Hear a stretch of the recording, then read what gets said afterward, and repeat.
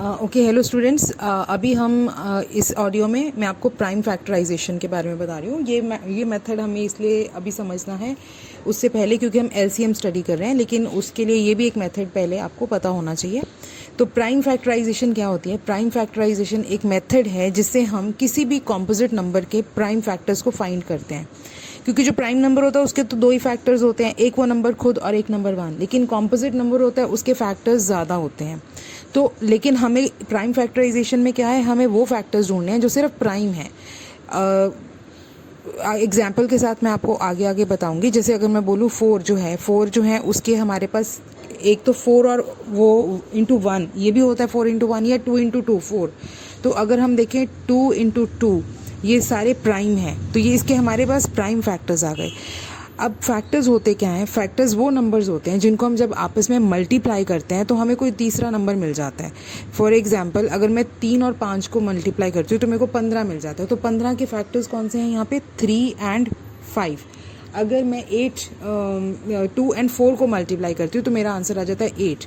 That means मैंने 2 और 4, ये दो फैक्टर्स हैं नंबर 8 के। तो इस तरीके से हम फैक्टर्स डिफाइन करते हैं। फैक्टर्स वो दो नंबर होते हैं जिनको जब मल्टीप्लाई किया जाए और एक हमारे पास एक तीसरा नंबर हमें मिल जाता है। अब ये तो हैं फैक्टर्स, लेकिन प्राइम फैक्टर्स क्या हैं? प्राइम फैक्टर्स ये हैं जब हम फैक्टर्स निकालते हैं तो जो हमारे फैक्टर्स निकलेंगे वो जो हैं वो प्राइम हो, वो कॉम्पोजिट नहीं हो।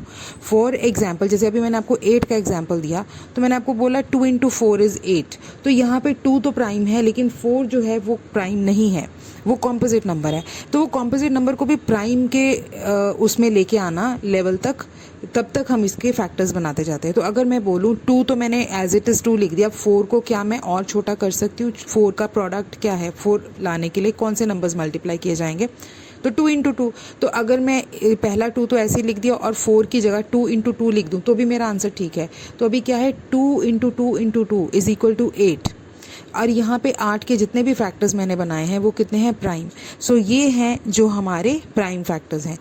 हमें लिस्ट प्राइम नंबर्स तो पता ही है हमारे पास कौन से होते हैं। और 1 से 100 के बीच में जो प्राइम नंबर्स आते हैं वो हैं 2, 3, 5, 7, 11, 13, 17, 19, 23, 29, 31, 37, 41, 43, 57, 53, 59, 61, 67, 71, 73, 79, 83, 89 एंड 97।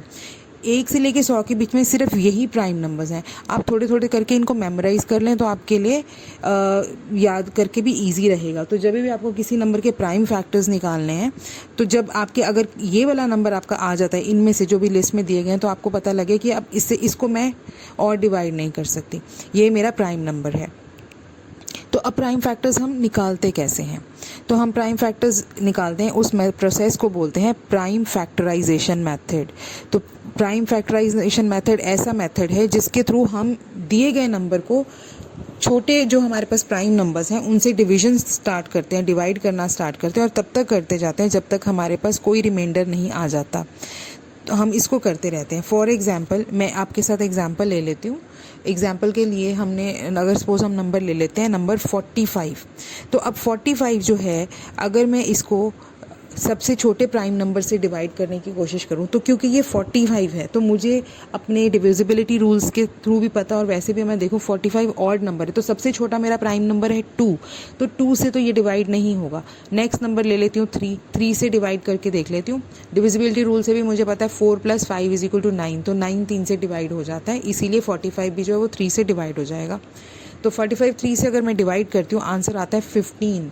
अब 15 को मुझे दोबारा से देखना है कि क्या ये प्राइम नंबर है। अगर आपको ऊपर के नंबर याद हो गए तो आपको पता है कि ये प्राइम नंबर नहीं है। वैसे भी 3 के टेबल में 15 आता है। तो हम इसको फिर से 15 को एक सबसे छोटे प्राइम नंबर से डिवाइड करते हैं तो फिर से 15 जो है वो 3 से ही डिवाइड होगा, 2 से तो होगा नहीं। तो अब मेरा आंसर आ जाएगा 5। अब 5 को मैं किससे डिवाइड कर सकती हूँ? 5 को मैं 5 से डिवाइड, मतलब 1 से ही डिवाइड होगा। 5 डिवाइड बाय 5 ही होगा 1 से। तो अब मेरे पास 1 आंसर आ गया है। तो अब मैं और इसको 1 को नहीं डिवाइड कर सकती। मतलब प्राइम फैक्टराइजेशन मैंने क्या किया है, एक नंबर लिया, उसको मैं डिवाइड करती गई छोटे प्राइम नंबर से, तब तक जबकि मेरा आंसर 1 नहीं आ जाता। तो आप दोबारा से इस प्रोसेस को देखेंगे तो आप देखेंगे 45 को पहले 3 से डिवाइड किया, 15 आया, 15 को फिर से 3 से डिवाइड किया, 5 आया, 5 को सिर्फ 5 से भाग हो पाया, आंसर आया 1। तो अब इसका मतलब 45 के जो मेरे प्राइम फैक्टर्स क्या हैं, पहले क्या आया था 3, दूसरी बार फिर से लिया 3, तीसरी बार 5, ये हैं मेरे इसके प्राइम फैक्टर्स।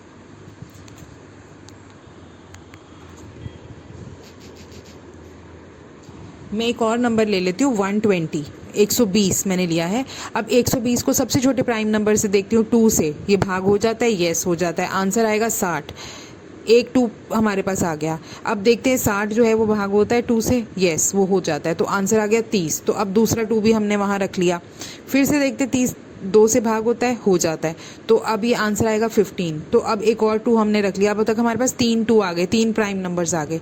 अब 15 को हम देखते हैं 2 से भाग होता है, नहीं होता, तो हम नेक्स्ट प्राइम नंबर पे चलते हैं, इससे बड़े वाले 3 से भाग होता है, होता है, आंसर आ गया आपका 5। तो अब ये 3 को भी आप उधर रख लो। अब 5 आ गया, 5 किस से भाग होगा, सिर्फ 5 से भाग होगा, तो आंसर आ जाएगा 1 आ गया। अब हमारा ये भाग करने का प्रोसेस ख़त्म। लेकिन अब हमारे पास क्या आ गया, 3 बार हमने 2 से डिवाइड किया था, एक 3 एक 5। तो prime factors of 120 is 2 into 2 into 2 into 3 into 5। और अगर आप इसको मल्टीप्लाई करके देख लेंगे आपका आंसर आएगा 120 ही। एक और नंबर मैं ले लेती हूँ, इस बार मैं ले रही हूँ 460, 460। तो सबसे पहले वही हमने सबसे छोटे प्राइम नंबर से इसको डिवाइड किया, तो 2 से हमने 460 को डिवाइड किया, आंसर आया 230। तो एक प्राइम नंबर मेरे पास आ गया। पहला जो डिवीजन का लिया उसको हमने साइड पे रख लिया 2। अब फिर से देखते हैं 2 से ये डिवाइड होता है 230, तो हो जाता है, तो मेरा आंसर आता है 115। तो अब 115 भी आ गया, तो एक और 2 मेरे को मिल गया, तो 2 प्राइम नंबर्स तो निकल गए। अब 115 2 से तो डिवाइड नहीं होगा क्योंकि ये ऑड नंबर है, तो हम चेक कर लेते हैं क्या ये नेक्स्ट जो प्राइम नंबर है 3 उससे डिवाइड होता है। तो 5 + 1 + 1 6 + 7, 5 + 1 6, 1 + 1 7, 115, इसका टोटल आता है 7 जो है वो 6 के टेबल 3 के टेबल में नहीं आता। दैट मीन्स 115 3 से तो डिवाइड नहीं होगा। इसका मतलब अब नेक्स्ट प्राइम नंबर पे चलते हैं जो है नंबर 5। तो 5 से तो ये हो ही जाएगा, क्यों, क्योंकि और जो इसका 1s की प्लेस पे 5 पड़ा हुआ है, तो जिस भी नंबर पे 5 पड़ा होगा 1s प्लेस पे 5 या 0 होना, डिविजिबिलिटी रूल ऑफ 5, वो 5 से डिवाइड हो जाएगा। तो इसका मतलब 115 जो है वो 5 से डिवाइड हो जाएगा। अगर हम करेंगे तो हमारा आंसर आएगा 23। अब 23 जो है वो खुद ही प्राइम नंबर है, वो किसी से डिवाइड नहीं होगा, बस सिर्फ अपने आप से होगा। तो 23 को हम 23 से डिवाइड करेंगे, आंसर आ जाएगा 1। तो अब 1 आ गया। अब हमारा डिवीजन करने का काम यहाँ ख़त्म होता है। लेकिन हमें कौन कौन से फैक्टर मिले, पहले बार में हमने 2 से डिवाइड किया, 1 2 मिल गया। उसके बाद फिर से 2 से डिवाइड किया तो 2, फिर दूसरा मिल गया। तीसरी बार में हमें 5 से डिवाइड किया तो 5 मिल गया। और चौथी बार में हमें 23 आया था, 23 से डिवाइड किया। तो हमारे फैक्टर्स आए हैं 2 इंटू 2 इंटू 5 इंटू 23। आप इसको मल्टीप्लाई भी करेंगे तो आपका आंसर वापस से 460 आ जाएगा। एक और बड़ा नंबर लेती हूँ मैं आपके साथ, 282। अब 282 है तो हम सबसे छोटे प्राइम नंबर से फिर से शुरू करेंगे। तो 2 से करेंगे भाग होता है, 2 से डिवाइड हो जाता है, आंसर आपका आ जाता है 141। तो हमें एक हमारा प्राइम फैक्टर मिल गया, वो है 2। अब 141 जो है 2 से तो भाग नहीं होता, इसको हम चेक कर लेते हैं नेक्स्ट प्राइम नंबर से 3 से होगा। तो डिविजिबिलिटी रूल के साथ हम देखते हैं 1 + 4 + 1, आंसर इज 6। तो इसका मतलब ये हो जाएगा। तो जब हम इसको 3 से डिवाइड करेंगे हमारा आंसर आएगा 47। और अगर आपने ऊपर देखा है तो 47 जो है वो हमारा प्राइम नंबर है, जो मैंने आपको एक लिस्ट दी ऊपर बताई है। इसका मतलब 47 जो है किससे डिवाइड होगा, सिर्फ 47 से, तो तभी हमारा आंसर आएगा 1। तो अब हमारे पास ये सारे प्राइम नंबर आ गए जो अब दोबारा और किसी से इससे छोटे नहीं हो सकते। तो इसका मतलब 282 के प्राइम फैक्टर्स कौन कौन से हैं, 2 3 एंड 47। तो 2 इंटू 3 इंटू 47 मल्टीप्लाई करके देखिए, आपका आंसर वापस 282 आ जाएगा। एक और नंबर ले लेती हूँ 60 के प्राइम फैक्टर्स हमें फिर से करने हैं। तो 60 को हम पहले बड़े नंबर की तरह स्प्लिट करके भी लिख सकते हैं, 6 इंटू 10 ऐसे भी लिख सकते हैं, या फिर हम इसको अपने पुराने प्रोसेस के साथ चलते हैं। हम पहले 60 को जो है वो 2 से डिवाइड करते हैं, तो आंसर क्या आएगा हमारा 30। अब 30 आ गया, 30 को अब फिर से हम 2 से डिवाइड करते हैं, आंसर आ जाएगा 15। 15 को अब फिर से हम 3 से चेक करते हैं, क्योंकि 2 से तो ये डिवाइड नहीं होगा, तो आंसर आ जाएगा 5। 5 को फिर हम सिर्फ 5 से ही कर सकते हैं और किसी नंबर से, क्योंकि वो खुद ही प्राइम फैक्टर है। अब आंसर आ गया 1। तो इसका मतलब 60 के जो हमारे फैक्टर्स हैं, prime factors, not factors, prime factors, वो कौन से हैं? 2 × 2 × 3 × 5। थोड़ा सा मैं हिंदी में बताने की कोशिश करती हूँ। प्राइम फैक्टराइजेशन हिंदी में है अभाज्य गुणनखंडन।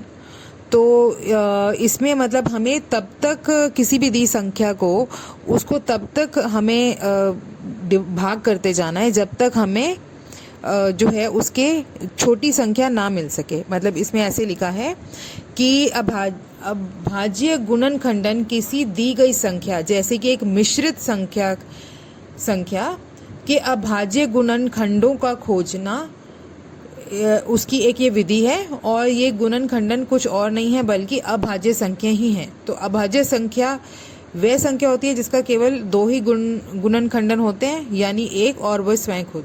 तो उदाहरण के लिए 2 एक अभाज्य संख्या है जिसके 2 कारक हैं, 2 × 1, जबकि एक भाज्य संख्या में 2 से अधिक कारक मौजूद होते हैं। उदाहरण के लिए 4 जिसके 3 कारक हैं, 1 × 2 × 2।